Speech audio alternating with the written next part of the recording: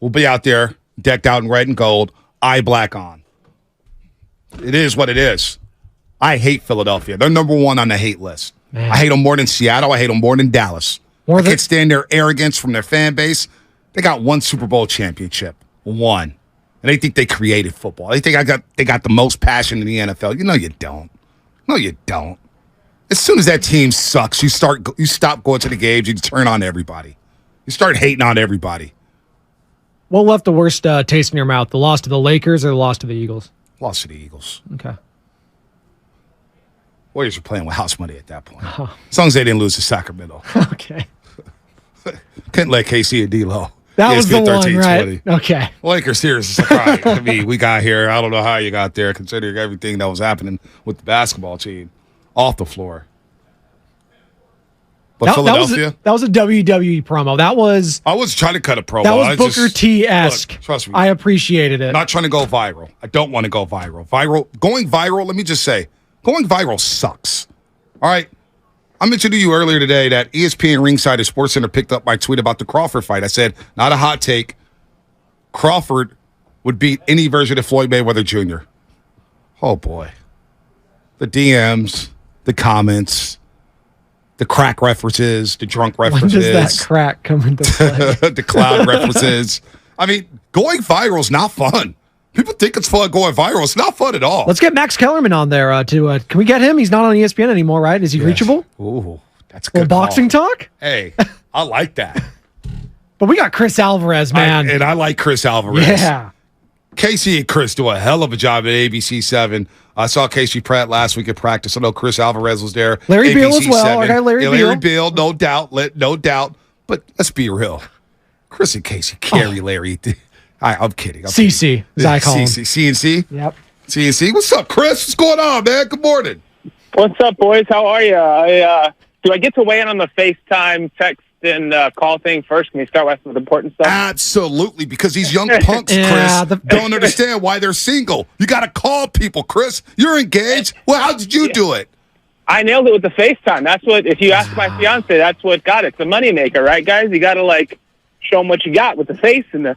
No. It's funny. You start with a text. You start with a text. I think, Bonte, it's a call. You graduate. I'm like, we were texting around New Year's Eve when we first started dating, and I'm like, you want to just FaceTime? And tell you what, that was the winner.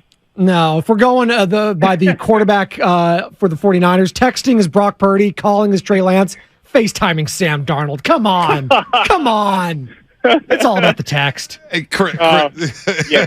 No, you're absolutely right. Chris, man, I admire you, Casey, Jason Dubas over at Crawford. You guys do everything in the Bay Area. You don't just stick on one team. You guys are covering Stanford, Cal, the Sharks, the A's, Giants, you name it. So we'll get to the Giants in just a second, but you were down there at practice, and this 49er quarterback talk is just unbelievable. There's nothing like it here. What's your take on everything going on with the quarterback position with the 49ers?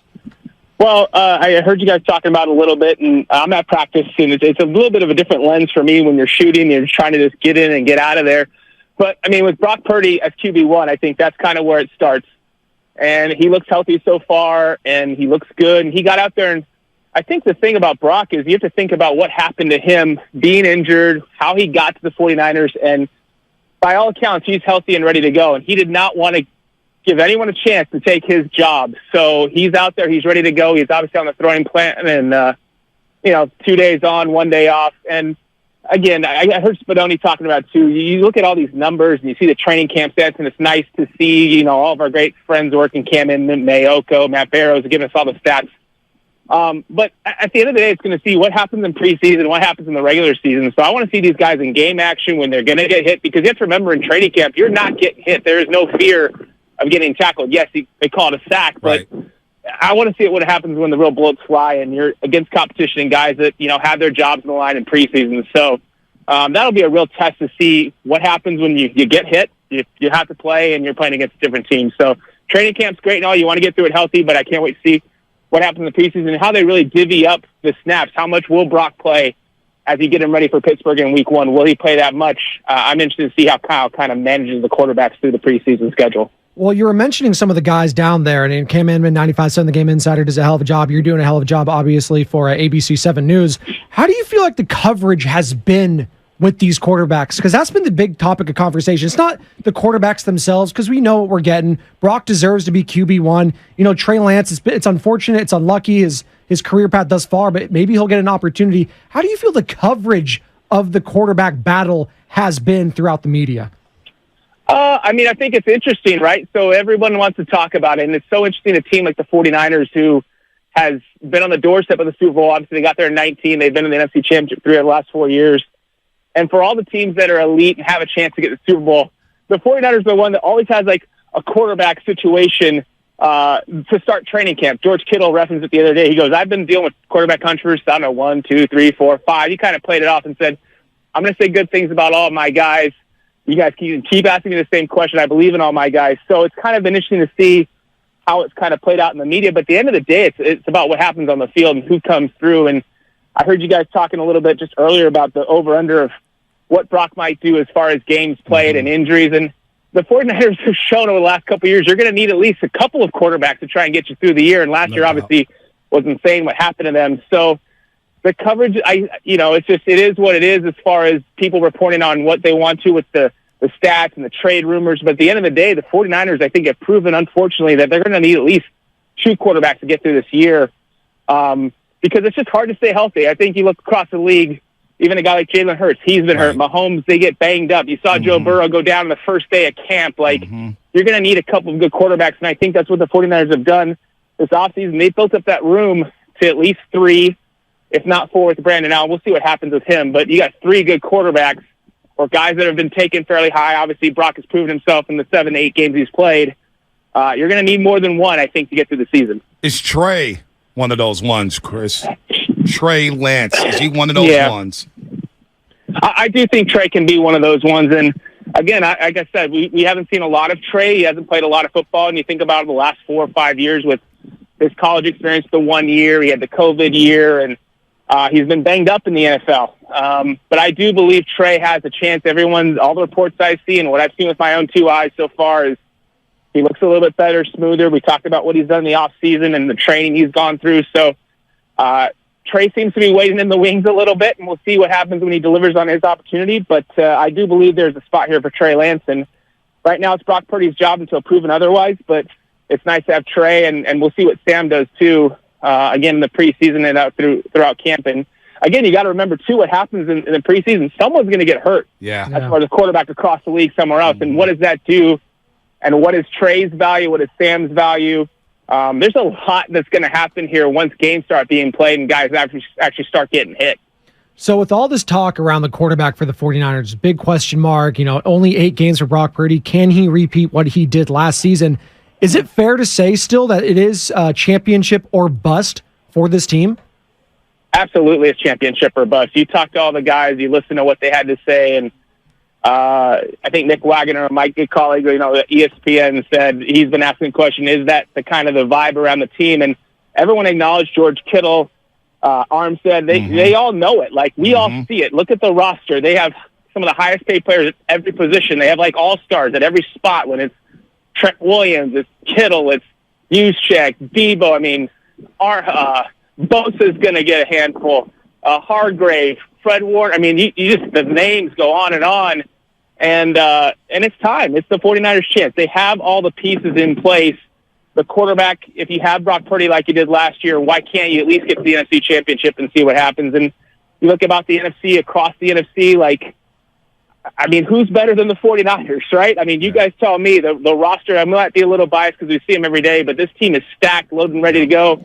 And they've even proven they got to the NFC Championship with a third-string quarterback, Mr. Irrelevant, last year. So the talent, I forgot Christian McCaffrey. How do you forget him? So it goes on and on. I believe this team is right in the chance, but as Fred Warner said earlier in camp, you can't just snap your fingers and be back in the NFC Championship. You have to do the work, and that's what's fun about the NFL season. We're going to see if they can do the work and get back to where they're supposed to be. No doubt. Chris Alvarez doing a hell of a job here on the roast this morning. ABC 7. Check him out. Sports anchor, reporters everywhere. Niners practice. Cal Berkeley. He's going to be there later today. Sure, he'll be down at Stafford at some point. But you're at Oracle Park last night. As a lot of Giants fans, Chris, were a little upset at Farhan Zaidi for not adding to this team outside of A.J. Pollock, who's batting south of 200, no doubt about that. And Marco Luciano goes back down to AAA to Sacramento. But you know what? A big-time win yesterday, a win that they needed. Brandon Crawford's been clutch this season with the runners in scoring position. What was the vibe last night at Oracle Park? I think the vibe, at least from the Giants' point of view, management, Gabe Kapler, Farhan, they both spoke to me in the last couple of days. But the overall theme you got in the dugout pregame was Gabe Kapler basically said it best. He goes, I think the lack of movement shows that we believe in the guys we have. And you think about the guys that they do have, whether it's some of the young guys like the Patrick Bailey. What a way to end the game, by the way, last night. My goodness, that was so fun. Yep. His release time and his pop time is amazing. Some of the younger guys that they have up, obviously you mentioned Luciano's going to go back down, but Casey Schmidt and Luis Matos and some of those guys. Where's Kyle Harrison? You could have Haniger back by the end of the month. Tyro Strada. It was almost like we're going to have reinforcements on the way of our own team. We believe in the guys we have. That all being said, like, they didn't make the moves. You see the Dodgers making some moves. You see the Diamondbacks making some moves. The Padres, obviously Verlander goes. And so as a Giants fan, I think you're disappointed that they didn't do anything. But they believe in the team that they have. And so we'll wait and see what that means. There's 2 months of baseball. I would have liked to have seen them get another starting pitcher. I would have liked to have seen them get another bat. But this is what they're going to roll with. And you hope that maybe the Haniger and Tyro Strada and some of those guys coming back does help. And that's essentially their deadline deal. We'll see what happens. Talking to Chris Alvarez here on the Morning Row, sports reporter and anchor for ABC 7 News. And Chris, we've been talking Niners. We just talked about the Giants. But what's been the most incendiary story this summer? Has it been the Niners quarterback battle? Has it been, Giants and Farhan? Or has it been the Draymond Green and Jordan Poole situation? Of all those three, which one's been the most, let's just say, hot when it comes to topics? Yeah, I'm glad you hit on the Warriors because that's what I was thinking of. I was thinking of the Draymond. I was thinking Chris Paul and JP. Can't even mention Chris Paul. Yeah, I mean, all of that. The Warriors, right? Like, it's all of that. And that's obviously great for you because you guys are the flagship station, the Dubs. And I was like, okay, I'm going to say this. You took it right out of my mouth. So, great minds think alike. But it has to be the Warriors and some of the stuff that's coming out. And it just hasn't gone away. It's kind of surprising. And JP's been fairly quiet on that end. And I guess to his credit, he hasn't said a whole lot about it, and he's moving on to Washington. And I think we all wish him the best of luck. But that Warriors thing is going to be interesting. And Chris Paul, I think he's going to obviously help the second unit when he's out there. And there were some interesting comments, like you saw him in his first press conference with the Warriors media at Summer League. Like, I don't know if he doesn't think he's going to start. And that'll be interesting to see what it is. But I think you just have to manage him throughout the year so he can be ready in the playoffs and deliver some big minutes for the Warriors. Because as we know, you're going to need a veteran presence in those crucial minutes. And for all these years that the Warriors fans have hated Chris Paul, and if he can stay on the court healthy in the postseason, the Warriors can make another run. They're going to love to see what he can do, in May and June. So Warriors are interesting. It's like I got my, calendar ready like 2 months and counting till media day and training camp. Like, I can't wait for that too. So all the good stuff is coming up. It's a great time of the year to be a sports fan in the Bay. I mean, Chris, whether or not Chris Paul finishes, I think will be the bigger storyline. Who cares if he starts? What about the last 5 minutes? Somebody's going to be on the bench, and somebody's not going to be happy. But the Bay Area has been a hotbed in sports. It's on fire here. By the way, real quick, how much more of a leash do you think Farhan has with the Giants? How do you think upper management is feeling about Farhan Zaidi in the way he's navigated this roster with all the platooning, the opener, the lack of starting pitching? What do you think the ownership group is feeling about Farhan Zaidi? How long is his leash? That's a really good point. That's a good question. I'd like to see how the rest of this year goes. I think this group, maybe it's one more year. You see how this year plays out. We'll see what kind of run they can make. And then this is going to be a huge off season. And I asked Farhan yesterday, I alluded to it without saying the name Shohei, but I basically said, does the lack of movement or these type of moves in any way, how far do you, like, what's the dance that you make between looking at next year's off season or the winter and now? And he kind of just said that you kind of keep an eye on it, but he didn't really divulge too much information. But obviously, the main thing he mentioned was there wasn't the value out there for what they want. They maybe we're going to give up. He goes, we could have traded our top 5 guys for a 5th starter. No one wants to do that. So the Giants like what they have, and I think they're thinking about the Giants of old. They also said, Farhan also said, Giants fans gravitate towards homegrown players, and that is true. You think about those dynasty runs, like, a lot of it was built on Buster Posey and Lincecum and Bumgarner and guys, Panda and Crawford and all those guys. And I think they're hoping this next wave of younger players can be that group that deliver those championships in 10, 12, and 14. But it's going to take a little bit of time. They're developing at the major league level, and it might not be this year, but next year is really, really important too. But I just think from a Giants fan perspective, if you're a fan and you're right here, like, you would have liked to see them make some moves to go all in or go mostly in to give yourself a chance, because right now I'm just not sure they have the depth to make a deep run in October, but I could be surprised. I've been surprised in the past by the Giants. Chris, you're doing a hell of a job here. One more for you on the way out. See, you went to Fresno State. I'm following you now on X because you gave me a follow. X, what is that? That's what it's called, man. Twitter. It's X. I'm calling it Twitter. It's Tweet X. deck says X Pro. No, he X'd us. I'm with the bird. Follow man. me at Spadoni_Joe on X. But I see you went to Fresno State. Best athlete to come out of Fresno State. You going Devontae? You going Loneal? Going David Carr? Derek? Paul George? You going Trent Dilfer? You going Aaron Judge? Best athlete to come out of Fresno State, Chris. Come on. Probably Chris Alvarez. That's not me. I'm going to go with Judge. I'm a little biased because my little brother Jake played with Aaron. Oh, wow. In college for 3-4 years. So Aaron obviously is grown to be what he is, and I think we're all hoping he was a Giant. I remember seeing those videos in the winter. But Fresno State, obviously, I'm proud of where I came from, and you got a lot of guys that have done some big things. PG, the Carr brothers, Trent Dilfer, you named them all. Low. I mean, what about Bernard Berrien? Remember him? But no, of course I remember Bernard. Come on, Devontae's the local guy. Palo Alto, come on. Give me Bernard Berrien in the slot, man, with David Carr back in the day, under Pat Hill. Pat Hill's the coach. Yeah, anytime, anywhere, right? Yeah, there you go. Anytime, anywhere. We'll play you. And the classic USC game against Reggie Bush. Yep. That's actually a game, technically, I think that we won now because of the wins that got stripped. That was a great game. There's still that video. I can see the Reggie Bush play where he's coming down the sideline, stops on a dime, goes across the field like another 100 yards and scores. I mean, he was unreal in that game.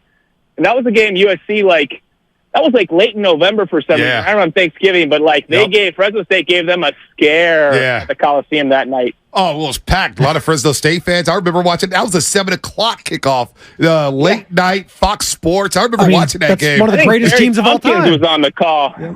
Who was on the call? I think Barry Tompkins was probably on the call. Was he really? Probably was, yeah. That's great. Oh, Chris, man, we got to do this again soon. And, hey, congrats on your engagement. And most importantly, you're a talking, not texting guy. Thanks for the game right there. Yep. Thanks, Chris.